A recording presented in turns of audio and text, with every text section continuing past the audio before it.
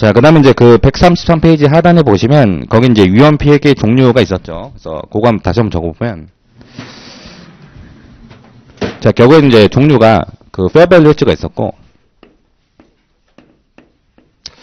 그 다음에 이제 캐시플로우 hedge, 그 다음에 이제 net investment hedge가 있었어. investment hedge. 자, 그래서 이제 우리가 hedged items, 자, 위험피 대상부터 다시 한번 살펴보면, 결국에는 이제 fair value hedge 같은 경우에는, 자, 위험피 대상이, 자, 인식된 이제 자산과 부채. 자, 자산과 이제 부채. 그 다음에 이제 인식되지 않은, 자, 확정 계약. 여기 이제 대상이었고. 그래서 이제 여기서 말하는 이제 자산과 부채는, 외화 매출 채권 또는 매입 채무였었고요. 자, 그 다음에 이제 캐시플로우 헤지 같은 경우에는 이제 위험피 대상에는, 자, 여기도 이제 인식된 자산과 부채가 있는 거죠. 자, 자산과 이제 부채가 있고. 자, 그 다음에 이제 forecasted transaction, 예상 거래가 있는 거예요. 예상 거래. 이렇게. 그럼 이제 캐시플로우 헤지에서 말하는 이 자산과 부채는, 요거는 이제, 변동금리부 채무 상품을 우리가, 발행하는 경우 또는 매입하는 경우. 결국에는 이제, 우리가 이제 변동금리부 채권을 발행하는 경우에는, 매년 말에 지급해야 되는 액면 이자가 달라져가지고, 현금으로는 변동에 노출이 돼 있다. 그렇게 제가 설명드렸고. 그 다음에 이제 net investment hedge. 요게 이제 그, 해외 사업장 순투자 위험피였는데, 요거는 결국에는 이제 위험피 대상이, 해외 사업장에 대한 투자 지분액.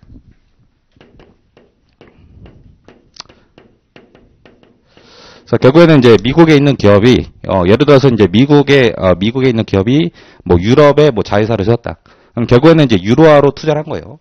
자, 그 유로화로 투자한 거에 대해서 해지하기 위해서 유로화 선물 매도를 할 수 있는 거죠. 그죠? 그렇게 보시면 되시고.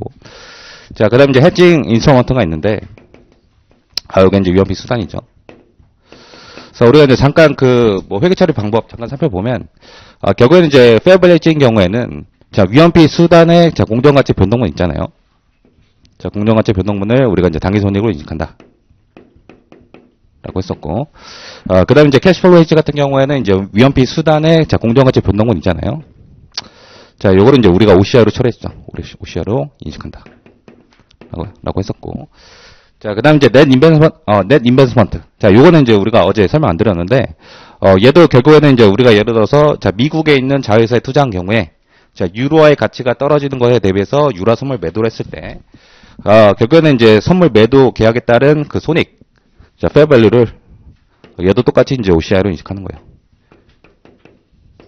이렇게. 그래서, 결국에는 이제 시험에 나올 수 있는 게, 이게 이제 나올 것 같거든요. 요거. 이제 우리가 이제, 위험피 수단의 공정가치 변동문을 우리가 어떻게 인식할 건지, 요게 이제 아마도, 시험에 나올 것 같다. 그렇게 설명드리고. 그 다음에 이제 134페이지부터, 자, 우리가 이제 fair value hedge 배웠는데, 결국에는 이제 134페이지 그 하단에 보시면, 동그란 3번에 이제 conclusion이 있어요. 결론. 그래서 회계 처리 방법의 결론이 있는 거죠. 그래서, 동그란 3번 다시 한번 읽어보겠습니다. 그래서 보시면, 이제 맨 밑에 이제 hedged items, 이제 위험피 대상이 있었는데, the gain or loss on hedged item shall be recognized currently in earnings. 라고 되어 있죠. 그래서, 위험피 대상에서 발생하는 공정가치 변동분은 우리가 당기 손해로 인식한다. 라고 했었고, 자, 그 다음에 이제 hedging instrument, 위험피 수단이 있었는데, 자, 위험피 효과의 평가 대상에 해당되는 항목부터 보시면, the gain or loss on the hedging instrument shall be recognized currently in earnings. 그래서, 자, 위험피 수단의 공정가치 변동분도 우리가 당기 손해로 인식한다. 자, 여기까지 이제 어려운 게 없는데, 결국에는 이제 위험피 효과의 평가 대상에서 제외되는 항목이 있었다. 그죠? 그래서, 오른쪽에 보시면, 자, adjust the already recognized net gain or loss to reflect the current period. 자, allocation of amount excluded from the assessment of effectiveness. 라고 되어 있죠. 그래서 결국에는 이제 위험피 효과의 평가 대상에서 제외되는 항목에 당기 상각 금액을 반영하기 위해서 기인식한 손익에다가 우리가 추가적인 조정해준다. 라고 했었던 거예요. 그래서 다시 한번 우리가 이제 적어보면, 자, 결국 이제 fair value hedge죠. 자, fair value hedge인데,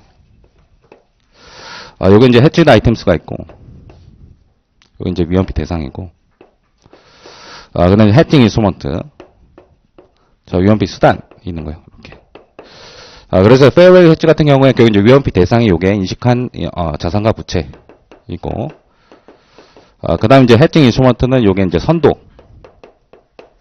또는 이제 선물 또는 이제 옵션이 되는 거죠. 이렇게.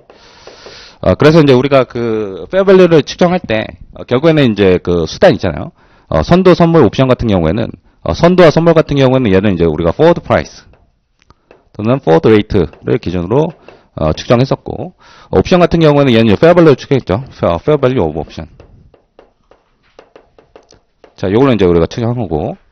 자, 그 다음 이제 자산과 부채의 공정가치를 측정할 때는 우리가 스팟 프라이스를 스팟 프라이스를 기준으로, 스팟 레이트를 기준으로 측정했다라고 보시면 될 것 같고.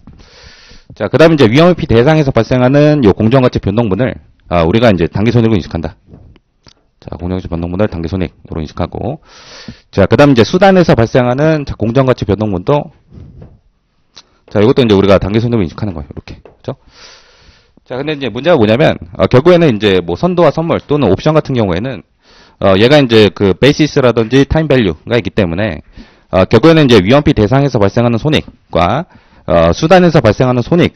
자, 요거 이제 우리가 상계를 해보면, 요게 이제, 0이 안 나오거든요, 보통. 자, 0이 안 나오는데, 자, 0이 안 나오는 이유가 이제 결국에는, 자, 이제, 자, 선도와 선물이 있고, 자, 옵션이 있는데, 자, 결국에는 이렇게 이제 퍼펙트 해지가 안 되는 그 사유가 있었죠. 그래서, 선도와 선물 같은 경우에는 요게 이제 베이시스가 있었기 때문이고, 자, 옵션 같은 경우에는 요게 타임 밸류가 있어서 그런 거예요, 타임 밸류. 타임 밸류. 이렇게. 그래서 결국에는 이제 우리가 위험피 효과의 평가 대상에서, 제외되는 항목이 이렇게 나온 게, 얘네 때문에 결국에는 이제 퍼펙트 해지가 안 되기 때문이죠. 그래서, 결국에는 이제 선도와 선물 같은 경우에는 베이시스, 그 다음에 옵션 같은 경우에는 타임 밸류. 자, 요거를 우리가, 위험피 효과의 평가 대상에서, 제외하는 걸로 결정할 수 있는 거고. 자, 그런 경우에는 요거를 이제 우리가 선급보험료로 봐가지고,